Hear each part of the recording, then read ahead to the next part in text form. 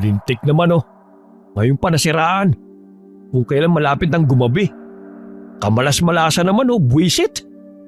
Mahal, baka nabigla lang ang sasakyan sa haba ng biyahe natin. Halos 12 oras na rin kasi tayong nasa biyahe. Tapos, 3 beses lang tayong huminto. Nasaan na ba tayo? Sandali lang. Nasa Santa Cruz na pala tayo. Kaso mga 1 hour and a half pa bago tayo makarating sa bahay ni na Leslie. Pahingahin na lang muna natin ang makina at magpahinga ka rin. Mas mainit pa yata sa makina ang ulo mo eh. Paanong hindi iinit ang ulo ko? Kanina pa tayo paikot-ikot eh. Ang sabi mo, alam mo ang daan papunta ron. Tapos mali-mali naman ang itinuturo mo. Alam mo na nga nagluloko yung map eh. Sasabayan mo pa. O ayan, dito pa tayo nasira ng sasakyan sa gitna ng kawalan. O paano na ngayon yan? Mahal, tinataasan mo na naman ako ng boses. Kumalma ka muna, okay? Paano natin mareresolba yan kung mas nauuna pang maging problema ang ugali mo? Mukhang may signal naman. Tatawagan ko muna si Leslie para makahingi tayo ng tulong. Sorry, pasensya na. Hindi ko lang napigilan eh. Titignan ko lang muna kung ano naging problema. Dito ka lang ha. Habang nasa labas si Dante, pinagtsatsaga ni Margaret ang kakarampot na signal na nag-uugnay sa kanila ng kausap niya sa kabilang linya. Pero hindi sila magkaintindihan. Kaya sa halip ay nag-chat na lamang siya sa kaibigan niya. Umaasa na matanggap niya ito para sa agarang tulong. Binuksan pa ni Margaret ang bintana upang langhapin ang sariwang hangin. Nang biglang may sumulpot sa harapan niyang isang gusgusing matandang lalaki. Ah! Dante! Mahal! Bakit? Ano nangyari? Sino ka? Doon ka nga! Lumayo ka rito! Huwag kang sumabay sa init ng ulo ko! Umalis ka rito! Kayo ang umalis rito! Huwag nyo nang tangkain pang manatili sa lugar na ito! Lumayo na kayo! Pinagluloko mo ba ako? Tingin mo ba kung hindi kami nasira nandito pa kami? Lintik na buhay talaga to oh. Lubayin mo nga kami! Doon ka manggulo! Isarado mo yung bintana mo, mahal. Baka masaktan ka pa ng baliw na ito eh. Aalis ka ba o sisipain kita? Ayaw umalis ng matandang lalaki. Kahit inaamba na siya nasasaktan na. Sa halip na matakot, umupo pa ito sa gilid ng pinto ng sasakyan at paulit-ulit lang ang mga salita niyang may pagbabanta. Ilang sandali lang din dumating ang isang ginang. O narito ka lang pala, Parlito. Tumayo ka nga riyan. Nanggugulo ka lang naman ng mga bisita eh. Hindi kami bisita. Nasiraan kami ng sasakyan. Kilala mo ba yung matanda na yan? Kunin mo na nga yan. Baka masaktan ko pa yan eh. Mahal, ganyan ka na naman magsalita. Pagpasensyahan niyo na po ang asawa ko. Mainit din po kasi talaga ang ulo niya. Lalo na ngayong nasiraan kami ng sasakyan. Malapit na gumabi. Mas mabuti siguro kung tumuloy muna kayo sa bahay namin. Malapit lang naman yun dito. Tapos bukas nyo na lang ituloy ang pag-aayos ng sasakyan ninyo. Ang akala ko pa naman mga bisita namin kayo. May kasalang bayan kasing magaganap sa linggo. Hala, talaga po? Pupunta rin kasi kami sa kasal ng kaibigan namin sa linggo. Kaya po inagahan namin magpunta para makatulong pa kami sa preparasyon. Kaso nasiraan naman po kami. Kaya nga doon na nga lang muna kayo sa bahay magpalipas ng gabi. Alam nyo, magiging mas delikado kung dito lang kayo. Lalo ka na, iha. Buntis ka pa naman. Paano niyo po nalaman? Sa dami ng napaanak ko rito sa amin, alam ko na ang galaw ng mga pulso nila at lamlam ng mga mata. Kaya nang makita kita, alam kong nagdadalang tao ka. Huwag kayong sasama! Huwag! Manahimik ka na, Parlito. Pagpasensyaan nyo na siya. May diferensya kasi siya sa pag-iisip. Bumaba ng sasakyan si Margaret at lumapit sa asawa niya upang kausapin ito tungkol sa alok na tulong ni Manang Berna.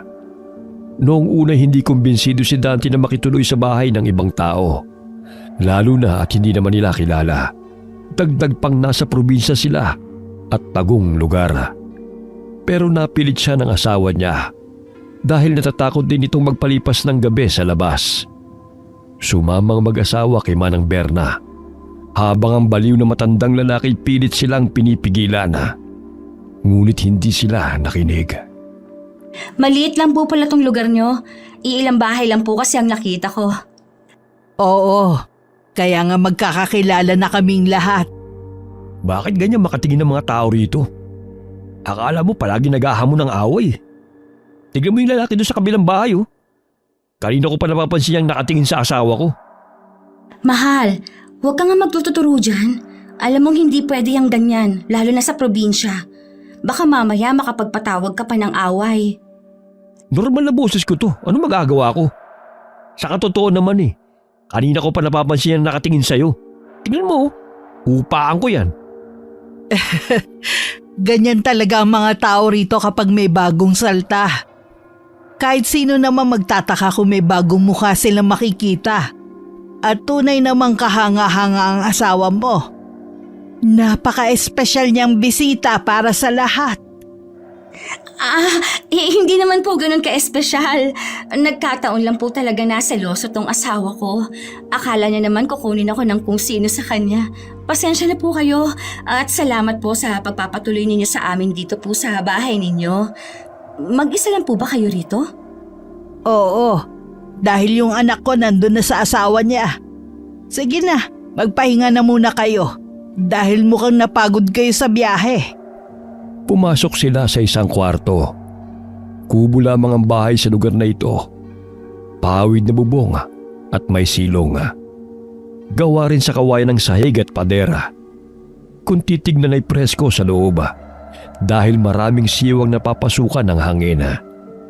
Ganitong bahay ang gusto ni Margaret kung sakali mang titira sila sa probinsya. Mahal, bukas kung sakali man na makita o makausap mo ang mga tao rito, huwag mo naman silang awayin ha. Mamaya magkaroon pa ng gulo. Nakakahiya naman sa tumulong sa atin. Alam mo kasi, ganito talaga madalas sa probinsya. Katulad ng sinabi ni Manang Berna na madali naman nilang malaman na bagong muka. Kahit naman sino, di ba? Kung ngayon mo lang naman nakita yung mukha nila, mapapatingin at mapapatitig ka talaga eh. Tapos, halatang taga Maynila tayo. Susubukan ko, pero hindi ko may papangako Alam mo naman ang ugali ko eh. Hindi ko makontrol ang init ng ulo ko. O sige na mahal, matulog ka na. Alam kong pagod kayo ni baby sa biyahe. Good night. Matapos na humalik ni Dante sa noo ng asawa, niyakap niya ito sa kanyang bisig para mas makatulog ito na maayos. Sa kahimbingan ng tulog nila, nagising si Margaret. Noong unay inisip niyang baka naalimpungatan lamang siya dahil nakakarinig siya ng ingay sa silong. Pinakiramdaman pa niya itong maigi. Merong kaluskos at parang may tao sa ilalim. Habang pinapakinggan ni Margaret ang ingay, humihilab naman ang tiyan niya. Ano ba kasi yung ingay na yun? May inaalagaan ba silang hayop dito? Saka bakit ang baho naman? Amoy surot na hindi ko maintindihan. Ano ba yun? Napakabaho. Sandali nga. May butas ba rito na pwedeng masilip ang ilalim? Sinuri niya ang paligid at nakita niya ang kaunting uwang malapit sa kinahihigaan niya. Doon niya sinilip ang pinagmumulan ng ingay. Dahil madilim, wala siyang makita. Kaya ginamit niya ang flashlight ng cellphone niya. Mahal! Mahal! Gumising ka dyan! Bakit? Ano nangyayari? Bakit ka sumisigaw? Anong amoy yun? Nakakasuka?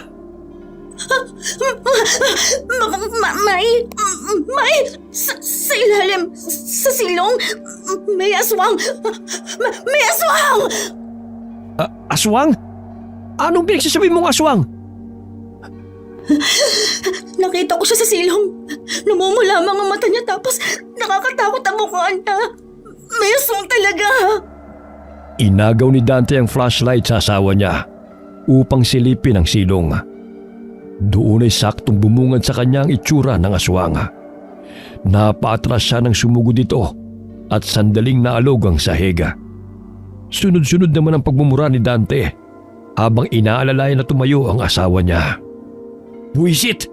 Bakit may ganun dito? Mahal, feeling ko nasa taas na siya ng bubong. Ayan, parang may humahalo kaya nagbubukas ng bubong. Ano gagawin natin? Baka mapahamak tayo, lalo na si baby. Hindi ako papayag na masaktan ka niya. Sisiguraduhin ko mapapatay ko siya. Kinuha ni Dante ang baril na nasa bag niya. Itinapat niya yun sa bubong at pinaputok. Napaupo naman ang asawa niya at napatakip ng tenga. Nakiramdam sila sa paligid. Para bang nadaplisan niya ang aswang nang marinig niyang may bumagsak mula sa itaas. Dito ka lang muna sa loob. Huwag kang lalabas ha. Nagtangka pa si Margaret na pigilan ang asawa niya. Pero hindi ito nakinig sa kanya. Hindi na rin niya alam ang gagawin dahil sa pangingilabot ng buo niyang katawan. Alam niyang meron pang nakaabang sa silong. Naririnig niya ang asawa niyang nagmumura sa labas at hinahamon ng aswang na magpakita sa kanya. Ngunit walang lumalabas. Ilang sandali pa, napasigaw si Margaret nang maramdaman niyang may matalim na kuko ang sumagi sa talampakan niya. Sa pagsigaw niyang yon, agad na pumasok sa loob ang asawa niya. Itinuro niya ang silong kung saan sinilip muli ni Dante. Doon niya naabutan ang aswang. Inilalabas nito ang dila niya sa butas. Kaya nang barilin ito ng lalaki, tumagos ang bala sa dila ng aswang. Nagwala ito sa ilalim na naging dahilan upang maalog ang bahay. Ilang sandali pa, pumasok sa kwarto si Manang Berna. Ano nangyayari? Putok ba ng barilan na rinig ko? Ano ba naman tong lugar nyo? Alam mo bang may aswang dito? Mahuli ko lang talaga yan. Pinapangako ko papatayin ko yan. Nako, umaatake na naman pala ang aswang na yan. Siguro dahil alam niyang may buntis dito. Sandali lang, meron ako ritong pangontra sa aswang. 2 beses ko na siyang natamaan. Buhay pa ba yun? Hindi mo basta mapapatay ang aswang. Dahil hindi basta-basta ang kakayahan na meron sila. Hindi lang 1 o 2 bala ang pupuksa sa kanila. O ito, gamitin mo ang itak na to. Itarak mo sa silong para maiwasang bumalik siya dyan. Sinunod ni Dante ang utos ng ginang. Kasabay rin ang sandaling katahimikan sa paligid. Dahil gising na rin si Manang Berna, pinakisuyo muna ni Dante ang asawa niya para may makasama ito. Nais lumabas ni Dante para siguruhing wala na ang aswang. Grabe, ngayon lang ako nakakita ng ganon. Totoo palang may aswang. May mga nilalang talagang hindi natin inaasahan na totoo. Ang bilis namang mabalitaan na may bisita rito. At buntis pa. Pasensya na kung hindi ko kayo nasabihan agad. Hindi ko naman nakalain na may susugod na aswang dito. Ang tapang pala ng asawa mo, no? Hindi man lang siya nakitaan ng takot. Opo, ganyan po talaga siya. Kahit naman saan kami magpunta, walang inaatras ang laban yan. Kaya nga po, madalas siyang napapaaway kasi mainiting sadya ang ulo. Ah, ganun ba? Mukhang mahirap pala. Mahirap po? Ang ibig kong sabihin medyo mahirap palang makasama ang asawa mo. Alam mo na, lapitin sa gulo. Nagtangka na magsalita si Margaret pero hindi niya ito natuloy. Matapos na bumalik ang asawa niya sa loob. Pawis na pawis ito at bakas pa rin ang galit sa mukha. Wala na yung aswang. Hindi ko malang naabutan. Sana napatay ko na. Buwisit na yun. Gusto pang biktimahin ang asawa ko. May pangontra naman na kayo rito. Kaya hindi na yun babalik. Alam niya rin na matapang ka. Malamang hindi na yung magtatangka pa. Hayaan mo na lang muna. Kung nasugatan mo siya, siguro matagal pa yung maghihilom. Hindi na rin siguro yun mauulit. Talagang hindi na mauulit dahil aalis na rin kami mamaya. Hindi na nagawang makatulog ng mag-asawa dahil sa nangyari.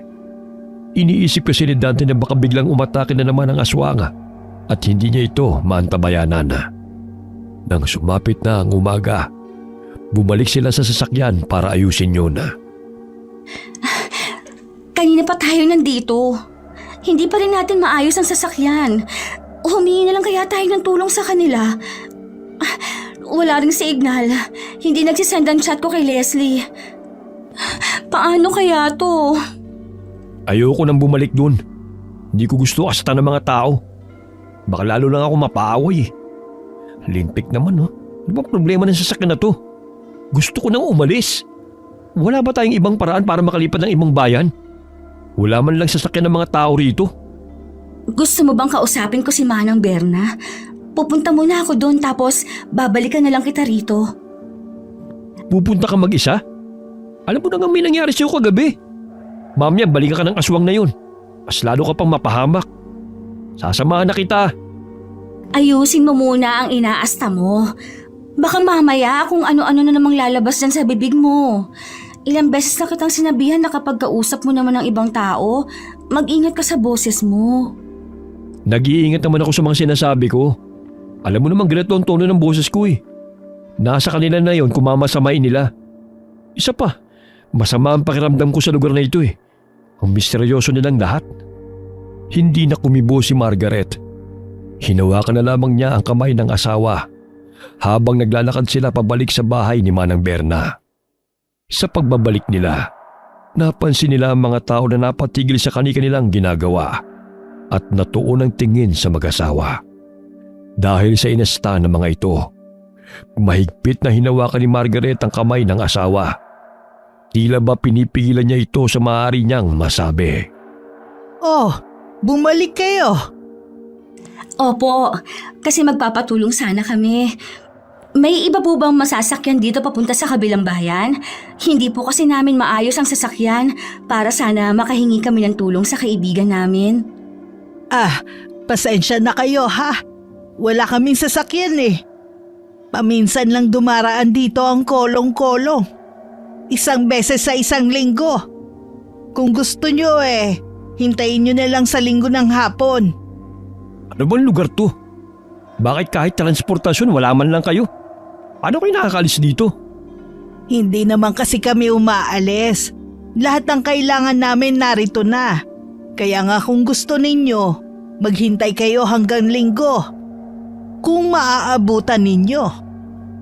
Hala, paano kaya to? Sa linggo pa naman na ang kasal. Sinabi ko na kasi sa'yo huwag muna tayo magbiyahe. Hintayin lang natin na makasabay ang kapatid mo. Di sana may kasama tayong may alam talaga ng daan. Huwag na kayong magsisihan. Sakto pwede naman kayong dumalo sa kasalang bayan. Aligurado akong matutuwa ang lahat sa pagdalo ninyo. Hindi umimik ang mag-asawa. Dahil hindi pa rin kumbinsido si Dante sa mga nangyayari. At ayaw naman ni Margaret na manatili pa ng matagala. Lalo pa kapag naiisip niyang tungkol sa aswanga. Umabot ng hapon na at malapit na ulit gumabi. Kaya wala na silang nagawa pa kundi ang manatili ulit sa bahay ng matanda. Kung saan mas lalong naging alerto si Dante kung sakali mang umatake ang aswanga. O eto Margaret, isuot mo tong proteksyon na laban sa aswang para hindi niya maamoy na narito ka pa. Dahil sigurado akong maaari kang balikan nun. Yung itak na ibinigay ko kagabi, huwag niyong alisin sa silong ha? Lalo na dyan kayo matutulog. Kung may kailangan pa kayo, nandun lang ako sa kabilang kwarto. Maraming salamat po talaga sa tulong niyo, Manang Berna. Nakakahiya naman po. Ang dami na naming naistorbo sa inyo. Ganun talaga. Dapat inaalagaan ng espesyal na bisita. Lalo na't imbitado na kayo sa kasalang bayan. Nasabi ko na yun sa lahat. At nasasabik na silang makita kayo roon. Bakit naman nila kami aabangan? Hindi nga nila kami kilala eh. At paano kami magiging espesyal? Kung wala kaming choice kundi magpunta na lang. Malalaman nyo rin yan sa takdang oras. O sige na, magpahinga na kayo. Matutulog na rin ako. Hindi nila napansin ang ngisi na sumisilay sa labi ng matanda, habang ang mga tingin niya ay puno ng pagbabanta. Kahit pa sabing may proteksyon si Margaret, hindi pa rin sila napapanatag. Dahil kada kaluskos na nadidinig nila, nagiging alerto si Dante. Kahit pagod na ang katawan at naghahanap ng pahinga, hindi niya magawa. Dahil iniisip ng walang payapang pahinga sa isang misteryosong lugar. Kinaumagahan na, sobrang sakit ng ulo ni Dante, kaya mas lalong uminit ang ulo niya. Para maiiwas siya sa maaaring maging gulo, hindi siya pinapaharap sa ibang tao. Ako na dyan, Iha. Iwan mo na yan dyan. Hindi mo naman na kailangan tumulong. Hindi na po. Hayaan niyo pong tulungan ko kayo. Ang dami na pong namin naisorbo sa inyo eh. Nakikitira na nga po kami ng libre. Pati po ba pagkain namin kayo pa po ang maghahanda. Ganito po ba kayo kabait sa mga bisita ninyo? Sa mga espesyal na bisita lang. Dahil bibihira lang naman kami magkaroon ng katulad mo. Palagi niyo pong sinasabing espesyal kami. Isa lang din naman po kaming normal na tao katulad niyo. Hindi ka namin katulad. Ano pong ibig niyong sabihin? Taga-syudad kayo habang taga-probinsya kami. Tinuturing naming espesyal ang mga katulad ninyo. Lalo na ang katulad mo. Katulad mo na napakaganda. Natawa si Margaret, pero dama niya ang pagkailang niya roon na. Halo-halong emosyon kasi ang nararamdaman niya sa tuwing kinakausap niya si Manang Berna. May nararamdaman siyang kakaiba, lalo sa tuwing titingin siya sa mga mata ng matanda. Sa pagsapit ng hapon, nasa labas ang mag-asawa at nagpapahangin. May ilang pa ring mga tao na pinagtitinginan silang dalawa. Pero pinipilit na lamang nilang huwag pansinin. Habang tahimik silang dalawa, napansin nilang dumating ang kulong-kulong na may dalang mga sako. Teka, di ba yun yung sinasabi ni Manang Berna? Baka pagbalik niya sa kanilang bayan, pwede na tayong makisabay. Sandali, kakausapin ko lang siya. Kunin mo na yung mga gamit natin sa loob ng bahay para mabilis na lang tayo makaalis dito. Sinunod ni Margaret ang utos ng asawa. Atat na rin siyang makaalis sa lugar na ito. Habang abala siya sa pag-iimpake ng mga damit nila, biglang pumasok si Manang Berna. Anong ginagawa mo? Ay, andyan po pala kayo. Nag-e-empake na po ako. Kasi andyan na po yung kulong-kulong na tinutukoy nyo. Makikisabay na lang po kami. Maraming salamat po pala sa pagtulong niyo sa amin. Aalis na kayo kahit hindi pa tapos ang kasalang bayan? Opo kasi sa linggo na rin po ang kasal ng kaibigan namin. Pasensya na po. Pakisabi na lang po sa mga ikakasal na congrats. At sorry kasi hindi kami makakadalo. Excuse me po. Paglagpas ni Margaret sa matanda, nagsalita ito na siyang dahilan upang matigil sa paglabas ng bahay ang babae. Hindi kayo maaaring umalis sa lugar na to hanggat hindi pa natatapos ang kasal. Alam niyo bang pambabastos yun sa kultura namin? Maaaring pasukin ng kamalasan ng bayan namin. At maaari din kayong kapitan nun.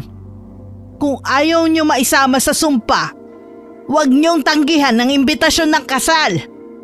Hindi alam ni Margaret kung sinong susundin niya dahil bakas ang pananakot ng matanda habang tinatawag naman siya ng asawa niya at pinamamadali.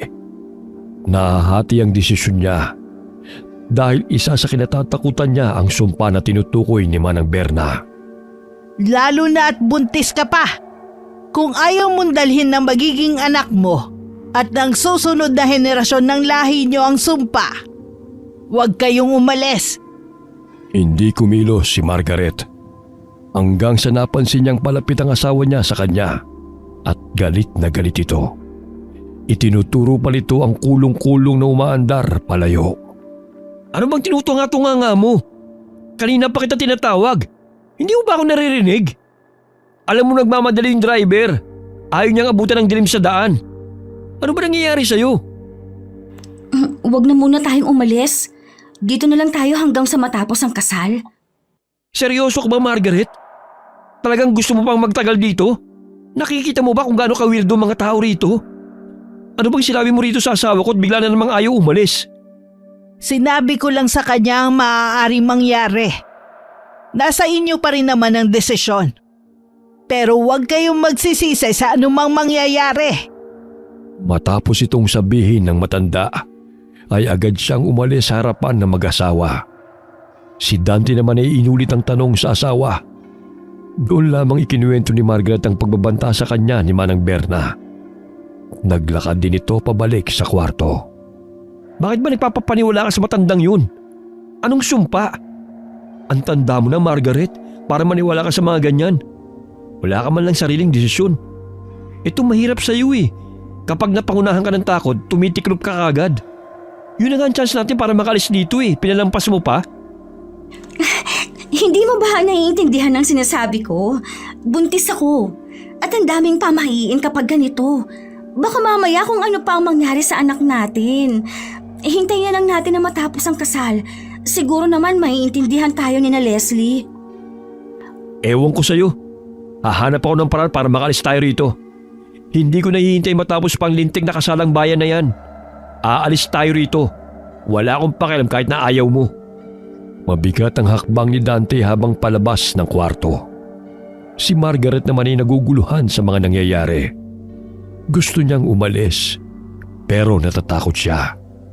Hindi sila nagkibuan ng asawa niya hanggang sa sumapit ang gabi.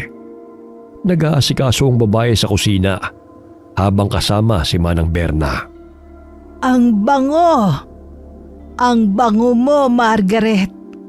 Po? Hindi nga po ako nakaligo ngayon. Naaamoy ko po ang sarili kong amoy pawis. Ang tagal ko nang hindi nakakaamoy ng ganyang klase ng bango. Magsasalita pa sana si Margaret nang nabigla siya sa kalampag na narinig niya sa labas. Dahil doon ay naalerto silang dalawa. May mga ikik pa siyang naririnig na para bang paikot-ikot itong lumilipad sa labas ng bahay. Ano po yun? Nandyan na naman sila sa labas. Naghihintay ng pagkakataon na makasunggab. Hindi mo ba sinuot ang proteksyon na ibinigay ko sa'yo? Naiwan ko po sa loob ng kotse kanina.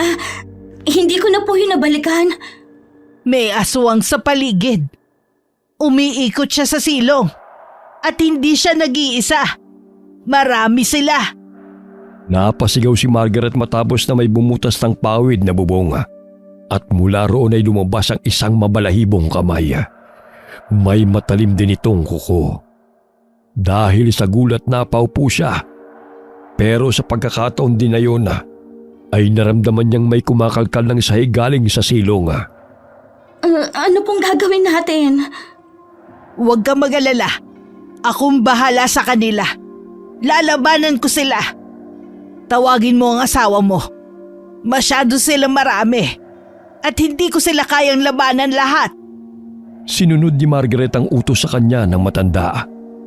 Agad siyang tumakbo papunta sa asawa niya. Nagmamadali naman si Dante na inilabas ang baril niya.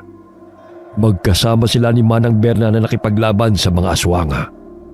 May espesyal na gamit ang matanda na tila ba isa itong latigo. Habang si Dante, ginagamit niya ang baril na kaunti na lamang ang bala. Si Margaret naman ay nanatiling nakatayo sa loob ng bahay. Naririnig nila sa paligid ang ingit ng mga aswang na gutom sa laman. Pero halata namang si Margaret lamang ang punteriya dahil kahit na saan siya tumayo, doon lumalapit ang mga aswang. Nakita pa niya ang isang aswang na pinatay ni Manang Berna. Nakakatakot ang mukha nito dahil para itong isang hayop na tuyot ang balat at may itim na balahibo sa buong katawan. Umaagos ang malagkit na laway at may matatalim ng ngipin. Ubus na ang bala ng baril ko. Marami pa ba sila? Kaunti na lang sila. Nararamdaman ko meron sa silong at may nakaabang sa itaas. Tulong! Ang asawa ko! Agad na napatakbo si Dante palapit sa asawa niya, kung saan nakasabit sa matalim na kuko ang buhok niya. Sumilay sa kanila ang aswang na pilit na itinataas si Margaret.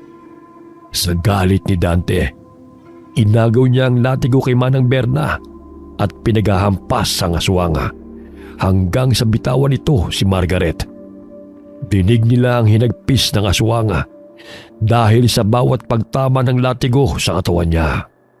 Nakatakas ang aswang pero hinabol pa yun ni Manang Berna. Walang humpay na umiiyak si Margaret habang yakap siya ng asawa niya. Ilang sandali lang din ay bumabalik na ang matanda. Hindi ko na sila nahabol. Kumusta, Margaret? Nasaktan ka ba? Anong nararamdaman mo? Kumusta ang bata? Natatakot na ako rito. Hindi ko alam kung kaya ko pa magstay ng matagal. Paano kung isang gabi, bigla na lang sila magtagumpay na kainin kami ni baby? Huwag kang lalayo sa akin para maprotektahan kita. Bakit ganun? Parami sila ng parami. Saan ba sila nanggagaling? Hindi ko rin alam. Kaya nga ako nagbigay ng protection sa iyo, Margaret. Para suotin mo yon. Dahil hanggat alam nilang narito ka, hindi sila titigil. Hindi pa rin kumbinsido si Dante sa mga sinasabi ng ginang sa kanya. Muling pinag-usapan ng mag-asawa ang pag-alis nila sa lugar na yon. Dahil alam nila kapag nagtagal pa sila, mas lalo nilang binibigyan ng pagkakataon ng mga aswang na lapitan sila. Pilit na inaayos ni Dante ang sasakyan para kapag umandar na ito, agad din silang mabiyahe. Kaligtasan ng asawa niyang buntis ang tanging prioridad ng lalaki.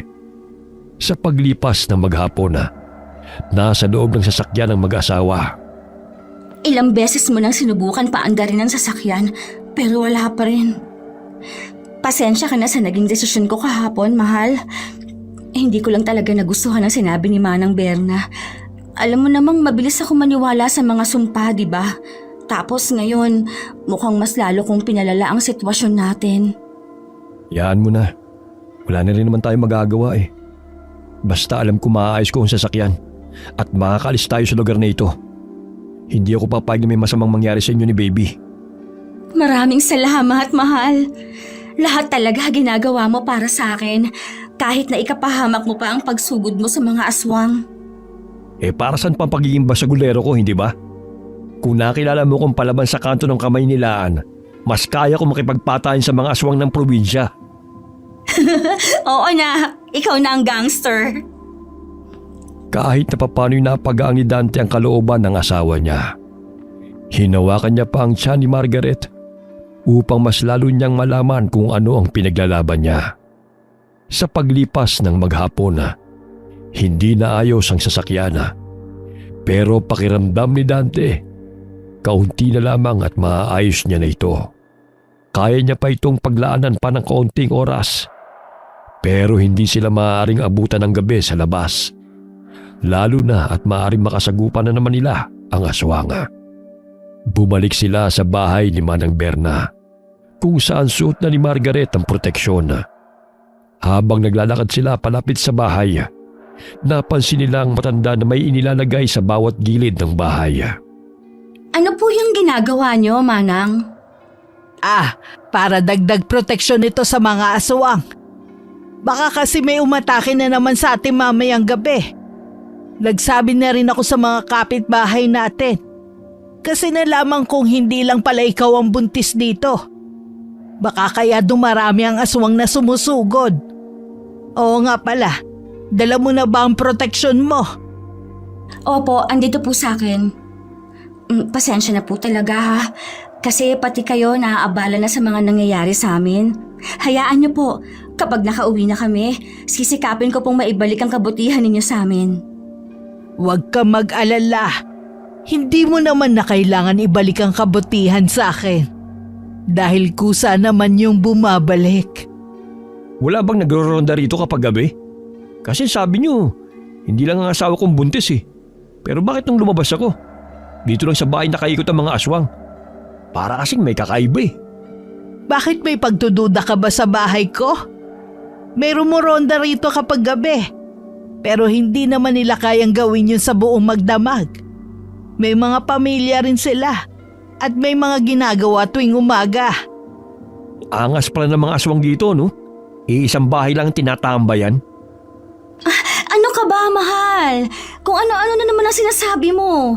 Hindi naman tayo tutulungan ni Manang Berna kung wala talaga siyang intensyon na maging ligtas tayo. Pasensya na kayo kung pakiramdam ninyo hindi ko kayo maprotektahan. Dahil sa katunayan, sa tagal ko na nakatira sa bahay ko, ngayon lang ako sinugod ng aswang. Mag-isa lang kasi ako rito nakatira. Hayaan nyo, inaayos ko naman ang paglalagay ng proteksyon sa buong bahay ko. Pasensya na po talaga kayo sa inaastan ng asawa ko. Napapansin ko nga pong pagod na rin po kayo sa ginagawa nyo eh. Tara na po sa loob. Magpahinga na po tayo. O sige na, pumasok na muna kayo sa loob. May mga kakausapin lang akong kapitbahay. Para makatulong din sila kung sakali mang may sumalakay na mamamaya. Hindi na nagsalita pa si Dante. Tuloy-tuloy siyang pumasok sa loob ng bahay. Si Margaret naman ay nagpasalamat muli sa matanda. Mahal, hindi ka na nga nagpasalamat. Parang pinagbintangan mo pa. Hindi ka man lang ba naaawa kay Manang Berna? Matanda na siya. Tapos ginagawa niya pa ang lahat ng paraan para maprotektahan tayo. Hindi ako kumbinsido sa mga galaw niya at sa mga tao rito. Unang salta natin dito. Alam ko may kakaiba na sa kanilang lahat. Alam ko may kinalaman sila sa mga nangyayari. Hindi lang talaga natin mahuli. Inilibot ni Dante ang mga mata niya sa paligid ng bahay. Gusto niyang makahanap ng ebidensya. Pero masyadong malinis ang lahat. Pinilit naman siya ng kanyang asawa na pakitunguhan si Manang Berna na maayos. Dahil nahihiya na rin siya sa inaasta ng asawa niya. Alam naman ni Margaret na ganoon talaga ang ugali ng asawa niya. Kahit ang pananalita nito ay hirap siyang kontrolin. Pero umaasa siyang kahit na papano'y maging mas mahinahon pa itong magsalita. Nang gabing yun, hindi natulog si Dante. Nag-aabang siya ng pag-atake ng aswang. At para mabantayan niya rin ang asawa niya. Ngunit natapos ang magdamag, nakalmado ang lahat. Kinabukasan. Mahal, tara, samahan mo ako sa labas. Tingnan natin yung ginagawa nilang pag-aayos para sa kasalang bayan. Wag na! Makikihalubilo ka pa sa mga tao rito. Hindi naman natin sila kilala. Hintayin mo matapos ako rito sa pag-aayos ng makina. Para kapag nakapunta na tayo kina Leslie, doon ka tumulong. Sige na, please. Gusto kong tulungan silang gumawa. Nababagot na rin kasi ako rito eh. Panay na lang akong nasa loob ng kotse kapag umaga. Tapos nasa loob naman ng bahay kapag gabi. Alam mo na nga nagdududa ako sa kanila eh. Tapos lalapit ka pa. Paano kung isa sa mga inang aswang? Tapos bigla ka na lang punteriyahin doon. Mukhang hindi pa naman sila mapagkakatiwalaan. Sige na kasi. Please po. Hindi ka ba naaawa sa akin? Ayaw mo bang maging masaya kami ni baby? Sige na, please. Magpapasama na nga lang ako kay Manang Berna. Isa pa, nakita ko halos mga kababaihan na nagde-design doon. Saka ang aga-aga pa. Tingnan mo nga ang taas ng sikat ng araw. Tingin mo ba lalabas ang aswang? Wala siyang sunscreen, panggabi lang duty niya. Nakakuha mo pa talaga magbiro eh, no? Mamaya na. Hintayin mo na ako matapos dito. Ako na sasama sa'yo. Napapalakpak pa si Margaret sa tuwa habang sinasabi yun ng kanyang asawa. Tinupad naman ni Dante ang sinabi niya. Iniwan niyang sasakyang inaayos para pagbigyan ng asawa niya. Habang masaya si Margaret na nakikihalubilo sa mga tao, nakamasid lamang si Dante. Kapansin-pansin ang tila pag-iwas ng mga tao sa asawa niya. Pero dahil naroon si Manang Berna, hinahayaan lamang siyang makitulong. Isa-isang pinagmamasdan ni Dante ang mga tao. Para bang inuusisa niya ang pagkatao ng mga ito. Sa pagiging abala niyang tignan ng mga nasa paligid niya, nawala sa paningin niya ang asawa. Doon niya lamang napansin ang balikan niya ito ng tingin. Pero wala ito sa kaninang kinatatayuan. Agad siyang kinutuban dahil kahit saan magtungo ang mga mata niya, wala si Margaret. Nasaan na yun? Saan nagpunta yun? Natigilan siya matapos na marinig ang isang sigaw at boses yun ng asawa niya. Dali-dali siyang nagtungo sa pinanggalingan ng sigaw kung saan niya naabutan si Margaret na kaharap ang isang gusgusing lalaki. Si Parlito. Matalim ang mga mata nitong nakatingin sa babaeng kaharap niya. Dahil sa galit at pag-aalala ni Dante, sinugod niya ang pulubi at tumama ang kamao niya diretso sa panga nito. Bumagsak si Parlito sa lupa. Doon ito tuluyang binugbog ni Dante. Lahat ng pagtama ng suntok at sipa ay salo ng pulubi. Mahal, ano bang ginagawa mo? Tigilan mo yan! Bitiwan mo siya! Ano ba? Tama na! Ano ba? Bitiwan mo ako! Bakit mo ba ako pinipigilan bugbugin yan? Ano nangyari sa'yo? Sinaktan ka ba niyan? Tama na! Tama na! Ano ka ba? Bakit bigla-bigla ka nalang sumusugod? Binugbog mo pa siya. Kawawa naman yung tao. Wala naman siyang ginagawang masama sa'yo ha. Halika po, tulungan na kitang tumayo. Pasensya na po kayo. Ang dami niyo na po tuloy sugat. Ano bang ginagawa mo? Bitiwan mo nga yan. Mamaya yan pa yung aswang na umatake sa atin eh. Teka nga, ba't ka pa sumigaw? Saka bakit ka umalis doon nang hindi man lang nagpapaalam sa akin? Kung saan ka pa nagpupunta? Alam mo na nga may aswang eh, na maaaring ikapahamak mo. Hindi kumibo si Margaret. Inasikaso niya ang pulubi na may mga galos at pasa. Iniupo niya ito saglit. Sa kanya rin ibinaba ang mga hawak niyang kahoy. Si Dante naman ay sumunod sa kanila. Tuloy-tuloy siyang nagsasalita at nagtatanong, pero walang nakukuhang sagot. Ano, hindi mo ko papansinin? Paano kita papansinin kung hindi ka tumitigil sa pagsasalita? Anong gusto mo? Hindi ako mag-alala sa sigaw mo kanina? Walang masamang nangyari sa akin. Napasigaw ako dahil nahulog yung mga hawak ko. Nagulat ako. At hindi ko naman alam na napalakas pala yun. Dumating siya at tinulungan ako. Tapos nung nagpakita ka, binugbog mo na kaagad. Hindi ka na nga humingi ng tawad, pinagbintangan mo pang aswang. Bakit kasi hindi mo kaagad sinabi sa akin eh? Hindi mo naman maalis na mag-alala ko sa'yo. Lalo na't mukha naman talaga siyang aswang. Paano ko naman sasabihin sa'yo? Nauna mo na siyang bugbugin. Saka lahat na lang na nasa paligid natin, aswang na ang tingin mo. Ang bait niya nga sa akin eh. Binalot sila ng sandaling katahimikan. Habang nakatingin si Dante sa pulubi, nakaramdam siya ng kaunting konsensya, lalo na nang makita ang mga sugat na tinamo nito. Hindi madalas na humingi ng dispensa si Dante, pero sa pagkakataong ito ay ginawa niya. Wala ka ba talagang pamilya rito? Wala na ang pamilya ko. Hindi ko sila nailigtas. Nakakapagsalita ka naman pala na maayos eh. Akala ko baliw ka. Mahal, ang mga salitang ginagamit mo. Ano bang mali sa sinabi ko? Nagtataka lang naman ako na maayos naman pala siya nakakausap. Pero bakit kapag ibang taong kausap niya para siyang tanga? Naalala ko pa nung nakaraan nakausap siya ni Manang Berna. Di naman siya ganyan eh. Ano, nagpapanggap pa lang ba na baliw? Oo, kailangan ko magpanggap. Para saan? Hindi mo matagal mo na naman kilala ang mga tao rito? Dahil kilala ko sila. Kapag nakita nilang kalaban ako, papatayin nila ako. Papatayin? Ano pong ibig niyong sabihin? Ano ba yan?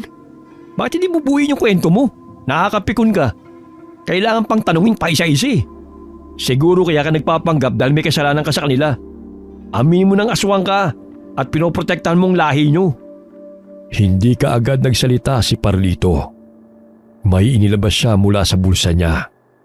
Nang ilahad niya ang palad niya sa harapan ng mag-asawa, bumungad ang isang puting bato. Sapat lamang ang laki nito. Mukhang normal na bato, ngunit hugis ito ng isang perasong dahon. May kakaibang naramdaman si Dante habang nakatingin siya rito. Para bang inaakit siya ng bagay na ito. Isang ugnay na hindi niya may paliwanag.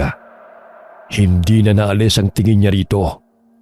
Para bang natauhan lamang siya nang alugin siya ng kanyang asawa.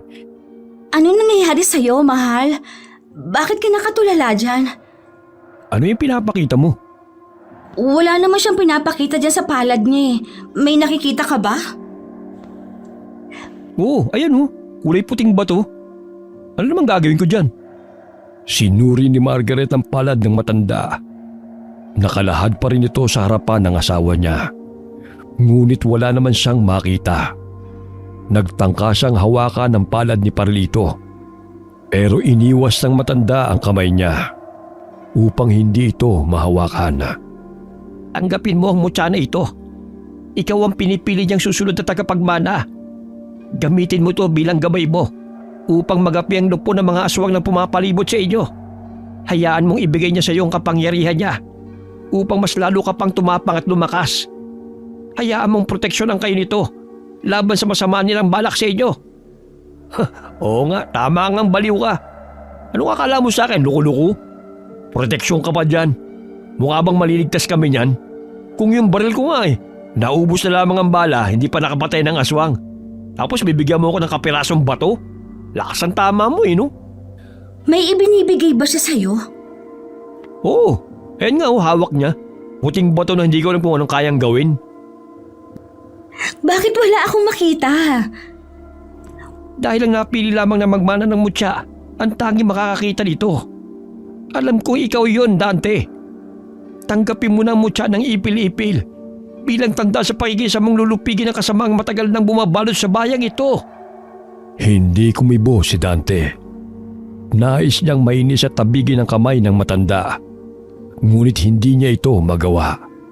Sa tuwing titingin siya sa binibigay sa kanya nito, pakiramdam niya ay para siyang hinahatak upang tanggapin ang isang bagay na hindi pamilyar sa kanya.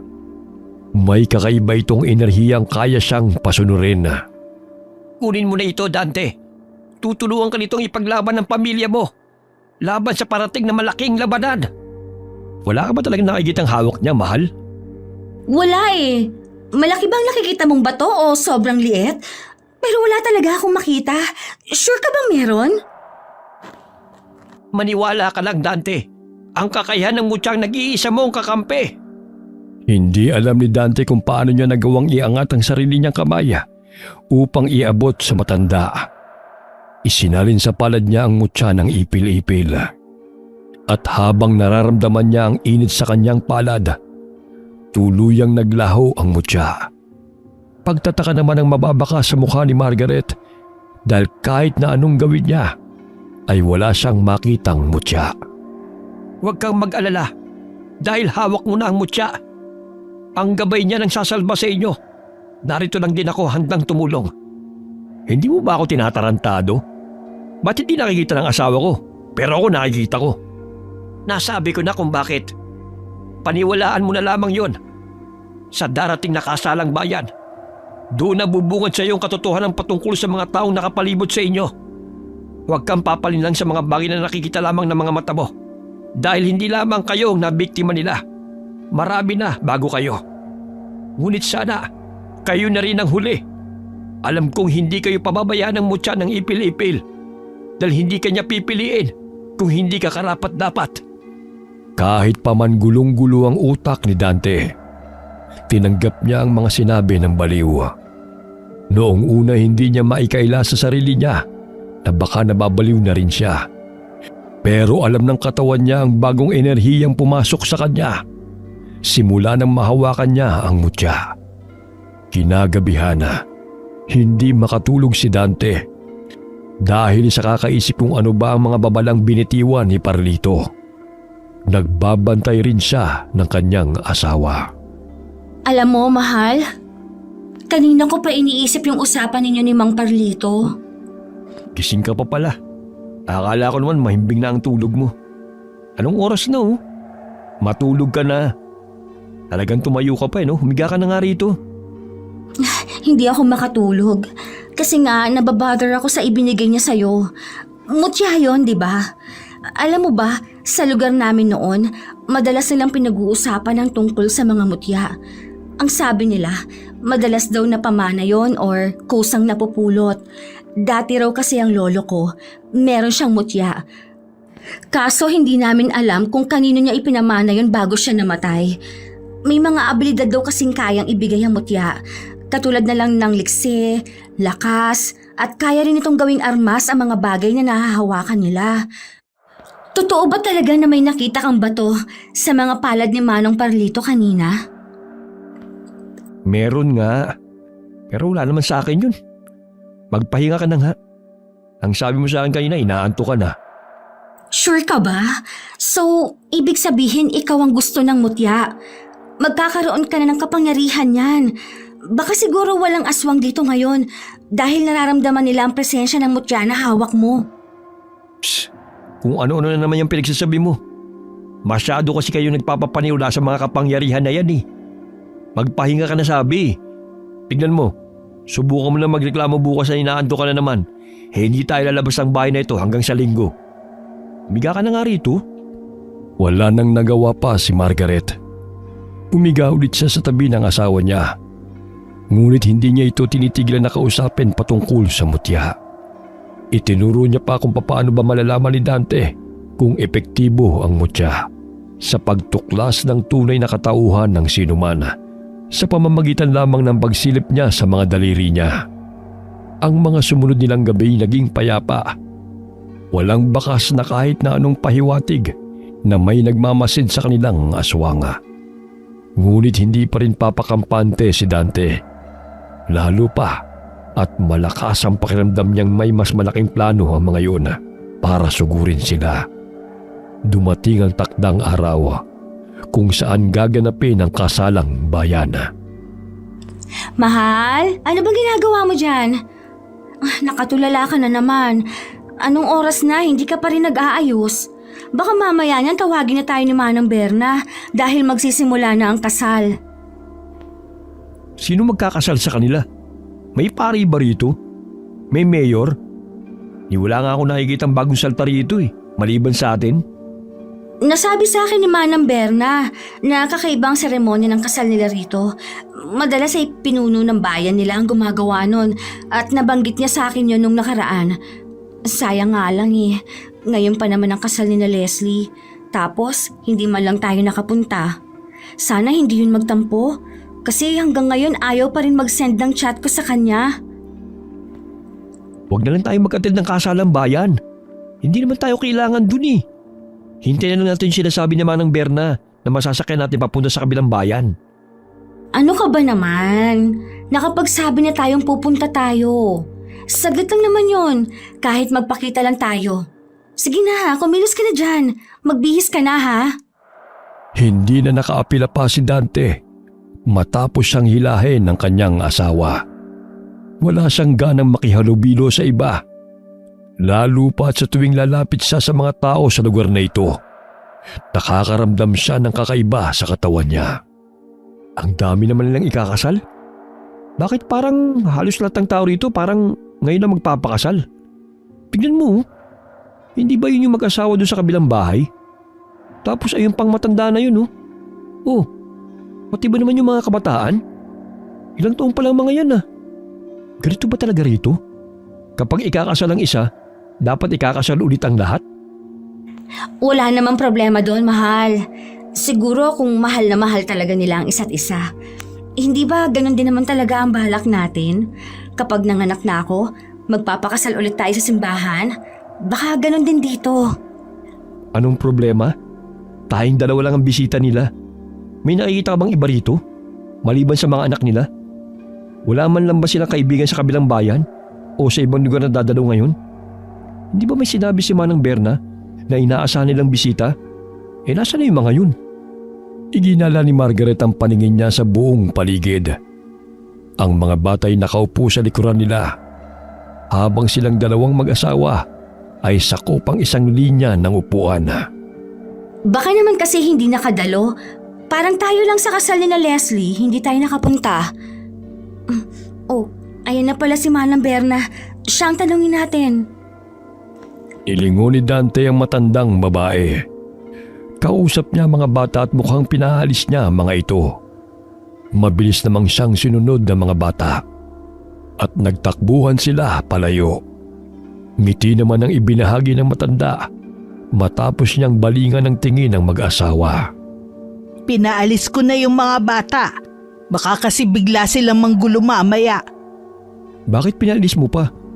Wala ngang bisita rito maliban sa amin dalawa ng asawa ko. Kulang na lang pati kami sumama na sa pagpapakasal ng mga tao rito. Ganun talaga rito. Kaya nga sinabi kong espesyal kayong bisita, hindi ba? Dahil kayo lang talaga magiging kasama namin dito. Hayaan ninyo. Mabilis lang naman ang kasalan na to. Darating din tayo sa mas masayang tagpo sa araw na ito. Oh, ano pang hinihintay nyo? Di bilisan nyo na. Nainip na ako matapos to para makaalis na kami. Tinapik pa ng kanyang misis si Dante para sawayin ito sa naging asta niya. Humingi rin siya ng paumanhin. Ngumiti lamang si Manang Berna bilang tugon at sinabing sinisiguro niyang magiging masaya ang mag-asawa mamaya kapag natapos na ang seremonya ng kasalan. Katulad ng sinabi ng matanda, sinimulan na nilang pag-isahing dibdib ang mga nagmamahalan at si Manang Berna ang nagkasal sa kanila bilang siya ang nagsisilbing pinuno ng bayan nila. Tapos na ang kasalang bayan. Pupunta na tayo sa pinakamasayang parte ng araw na ito. Ang dami namang ganap niya Anong oras na? Bakit wala pa yung sinasabi mo maghahatid sa amin sa kabilang bayan? Huwag mong sabihin na aabot na naman kami rito ng gabi. Mahal, hintayin na lang nating dumating. Hihintayin? Mukha bang may hinihintay pa tayo? Wala nga dumarating Alam ba kung anong oras na? Malamang hindi yun ngayon pumunta. Dahil nung huling beses kami nagkita, ang sabi niya ayaw niyang abutan siya ng gabi sa biyahe. Kung wala naman ngayon, baka bukas yan. Hintayin nyo na lang. Kung kami nga palaging matyagang naghihintay ng mga ganitong pagkakataon. Tara na, sumama na tayo sa kanila papunta sa reception. Mukhang gutom ka na rin Maghintay na lang tayo ha. Andito na rin naman tayo Hindi na naman natin maaabutan ng kasal ni Leslie. Bakas sa mukha ni Dante ang inis. Lumingon pa siya sa likuran niya at nagbabaka sakali na dumating na ang driver ng kulong-kulong. Ngunit bigo siya. Sumama siya sa asawa niya kung saan sila nagpunta sa gitnang bahagi ng mga kabahayan. Naroon nagtitipon-tipon ang lahat. Pati ang mga kabataan na pinaalis kanina ni Manang Berna. Salubong pa rin ang kilay ni Dante. Lalo pat ang lahat ng naroon na sa kanila nakatuon ng tingin. Abang na abang sa pagdating nilang mag-asawa. Bakit walang handa? Ang akala ko ba dito dadalhin yung mga niluto nila? Nasaan yung pagkain? Medyo nakakatakot silang tumingin sa atin. Para kasing nanlilisik ang mga mata nila. Mahal, di ba may sinabi ka sa akin nung nakaraan tungkol sa placement ng kamay ko para malaman kung anong kaharap natin? Tungkol ba sa mutya? Oo, ang gawin mo lang, pagdikitin mo yung dalawa mong hintuturo at hinalaki para makahugis ka ng triangle. Then, baligtarin mo tapos doon ka sumilip. Parang ganito sa kamay ko. Naalala ni Dante ang turo ng asawa. Isinilip niya ang kanyang mata sa pagitan ng mga daliri niyang hintuturo at hinalaki na nakabaliktad na patatsulok. Doon bumungad sa kanya ang kagimbal-gimbal na katauhan ng mga nasa paligid nila. Napaatras siya at napasigaw. Bakit? Anong nakita mo, mahal? Kailangan natin makalis dito. Bilisan mo na. Paglingon nila, bumungad sa kanila si Manang Berna. Malawak ang ngiti nito. Ngunit may ibig sabihin ang mga tingin niya. Saan kayo pupunta? Hindi pa tayo nagsisimula, iiwan nyo na kami? Hindi yun maaari. Dahil ilang taon kami naghintay para sa ganito ka-espesyal na pagdiriwang. Hindi kayo pwedeng umalis. Dahil kayo ang handa namin. Umalis ka sa harapan namin. Kaanib ka nila. Isa ka ring aswang. Hindi pa man nailalabas ni Dante ang galit niya. Nagpakita na ng tunay na anyo si Manang Berna. Sumabay sa pagdilim ng kalangitan ng alingaw-ngaw ng mga aswang. Sa pagsugod ni Manang Berna sa kanila, hinila ni Dante ang asawa niya at bumagsak sila sa lupa. Paglingon din nila sa mga tao, naging katulad na sila ng anyo ni Manang Berna. Bumungad sa kanila ang mga nanilisik na mata ng mga ito at naglalaway na mga pangil. Baka sa kanilang uhaw at gutom para sa dugot laman ng mag-asawa. Mahal, anong gagawin natin? Ang dami nila. Huwag ka mag-alala. Hindi ako papayag na masaktan kanila. Pagbilang ko ng 3, tumakbo ka na. Ha? Paano ka? Baka mapahamak ka. Kaya kong sarili ko. Basta siguruhin mo makakalayo ka rito.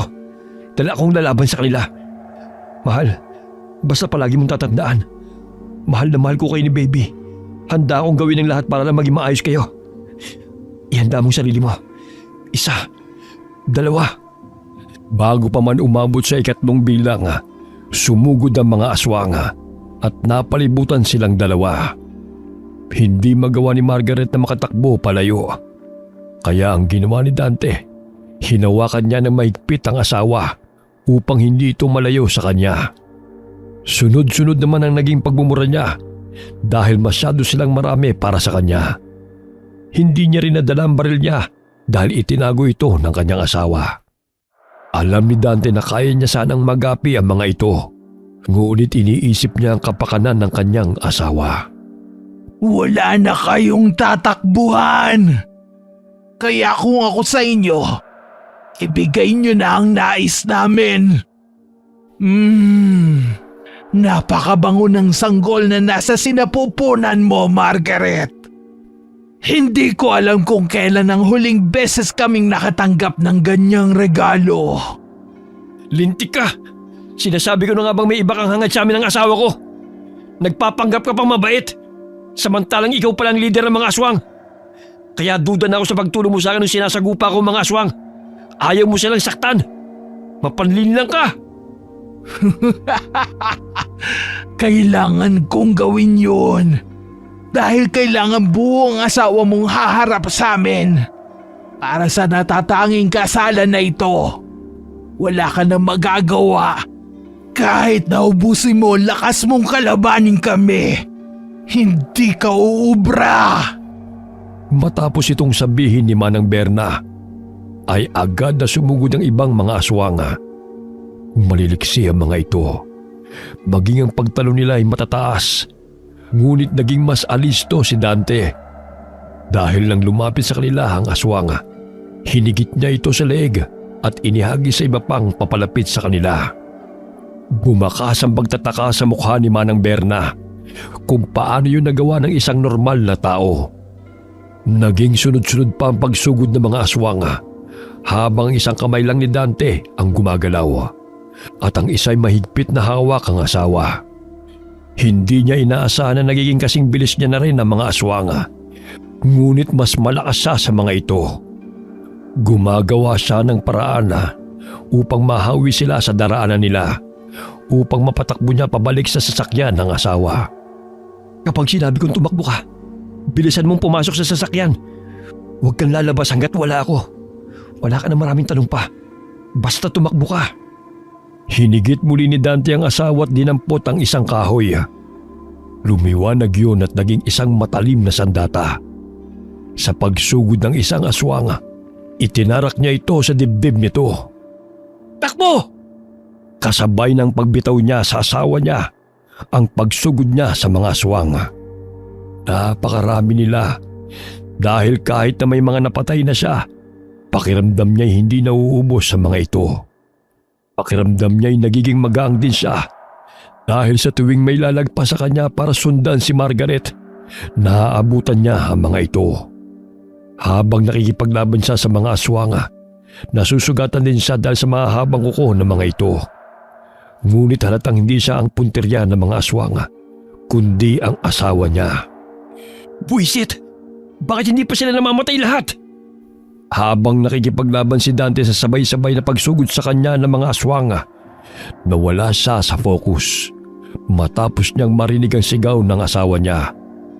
Sa paglingon niya, doon siya napuruhan ng isang aswang. Bumaon ang matalim na kuko nito sa braso niya, dahilan upang mabitawan niya ang sandata, na di kalaunan ay bumalik sa pagiging kahoy. Sa pag-atake sa kanya ng ilan pang mga aswang, tumalsik siya sa isang kubo at bumagsak sa lupa. Ngunit ang tingin niya ay nasa kanyang misis pa rin. Nakaupo sa lupa si Margaret habang gumagapang siya patras.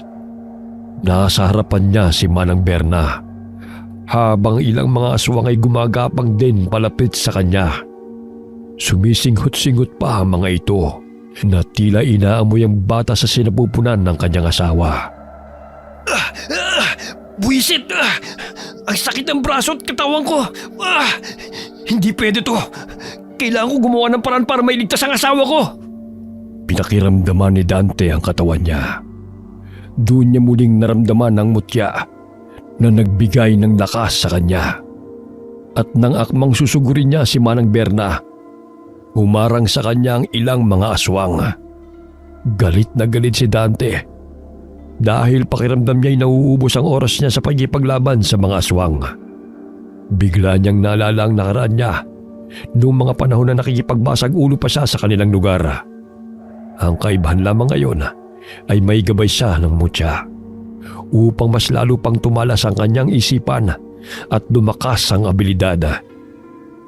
Sinugo ni Dante ang mga aswang. Kahit na nagtutulong-tulong pa ang mga ito, mabilis niya rin itong naihahagis at napapatay. Dumampot ng bato si Dante at sa paghagis niya nito sa mga aswang na nakaabang sa asawa niya, diretso itong tumama sa kanila. Kasabay din ang pakikipagsagupa niya. Dumating si Parlito. Bit-bit nito ang dalawang kawayan. Inihagis niya ang isa kay Dante. At katulad kanina, nang mahawakan niya ito, ay naging mas matalim pa itong armas. Nakatulong sa kanya itong patayin ng mga aswang na humaharang sa daan. Napapansin din ni Dante ang pagtulong ni Parlito na labanan ng mga nakaabang kay Margaret. Napansin din ni Dante ang pagtulong ni Parlito na labanan ng mga nakaabang kay Margaret. Napansin din ni Dante ang pagtulong ni Parlito na labanan ng mga nakaabang kay Margaret. Ngunit mahina na ito dahil wala na sa kanya ang mutya. Nang si Manang Berna na ang nakaharap ni Parlito. Saktong nakalapit na si Dante. Ngunit hindi niya nailigtas sa matanda. Dahil bumaon ng matalim na kuko ni Manang Berna sa dibdib ng matandang lalaki. Kaya palang lakas ng loob mong labanan kami. Ikaw na palang namamahala ng mutya. Pero hindi mo pa rin kami mauubos. Hindi ako papayag na lupigin mo ang lahing matagal na naming iningatan. Kahahantungan mo rin ang dinanas ni Parlito. Ikaw lang ang maaaring buhayin ng mutya. Ngunit hindi mo kayang kontrolin laban sa aming lahat. Diyan ka nagkakamali dahil kaya ko kayong ubusin para matigil ang kasama na ginagawa nyo. Sinisiguro kong dadaan muna kayo sa bangkay ko bago nyo masaktan ang asawa ko. Sumigaw ng napakalakas ni Dante na naging dahilan upang mabingi ang mga aswang. Tinangay rin sila nang biglang lumakas ang hangin. Doon na nakakuha ng tiyempo si Dante upang lusubin ang mga natitirang aswang. Inisa-isa niyang patamaan ng matalim na espada ang bawat aswang na makaharap niya. Bumabaw ng espada sa dibdib, leeg, ulo at tiyan ng mga ito. Dumaloy ang dugo ng mga aswang sa espada pababa ng kamay niya. Habang nakikita niyang nauubos na ang mga kalaban niya, nakakaramdam siya ng kaginhawaan. Nakahandusay ang mga katawan nito sa lupa hanggang sa isa na lamang nananatiling buhay sa mga aswang. Hindi! Hindi ito maaari! Pinatay mo ang pamilya ko! Inubos mo ang lahi namin! Sinisiguro ko sa iyong pagbabayaran mo tong lahat! Sinabi ko naman sa iyong kaya ko kayong ubusin. Sinabi ko na sa iyong hindi mo gugusto yung magalit ako. Dahil kahit sino pa kayo, handa ko kayong labanan. Huwag lang masaktan ang asawa ko. At ngayon, sa huling pagkakataon, magsasama-sama kayong lahat. Galit na galit si Manang Berna na sumugod kay Dante. Puno siya ng determinasyon na mapatay ang lalaki. Pareho silang malakas at pareho silang may ipinaglalaban. Dito ay nahirapan si Dante dahil mas maliksi si Manang Berna kaysa sa mga nakasagupa niya. Naiiwasan niya ang mga galaw ng lalaki. Doon mas lalong nangibabaw ang gigil ni Dante. Mukhang nagamay na ni Manang Berna ang galaw niya, kaya iniba niya ang estilo. Sa muling pag-atake sa kanya ng huling natitirang aswang, inikutan niya ito. Ngunit naging mas alerto si Manang Berna. Nahigit ng matalim niyang kuko si Dante. Sabay silang bumagsak sa lupa, ngunit hawak niya ang lalaki sa leeg. Sinasabi ko sa iyong hindi mo ko kaya dahil walang sino man ang nagpatumba sa akin. Kahit patangan mo ang mutya, lahat ng humawak niyan, hindi ako kayang talunin. Tanggapin mo na lang ang katotohanan na kagaya nila. Magiging sawi ka ring nabubuhay. Bit-bit ang mapait na kinahantungan ng pamilya mo. Makukuha ko si Margaret at ang anak ninyo para ipakita sa iyong mali ang kinakalaban mo! Hindi mo yung magagawa dahil ako ang tatapos ng kasamaan mo! Mas lalong bumao ng matatalim na kuko ni Manang Berna sa leeg ni Dante.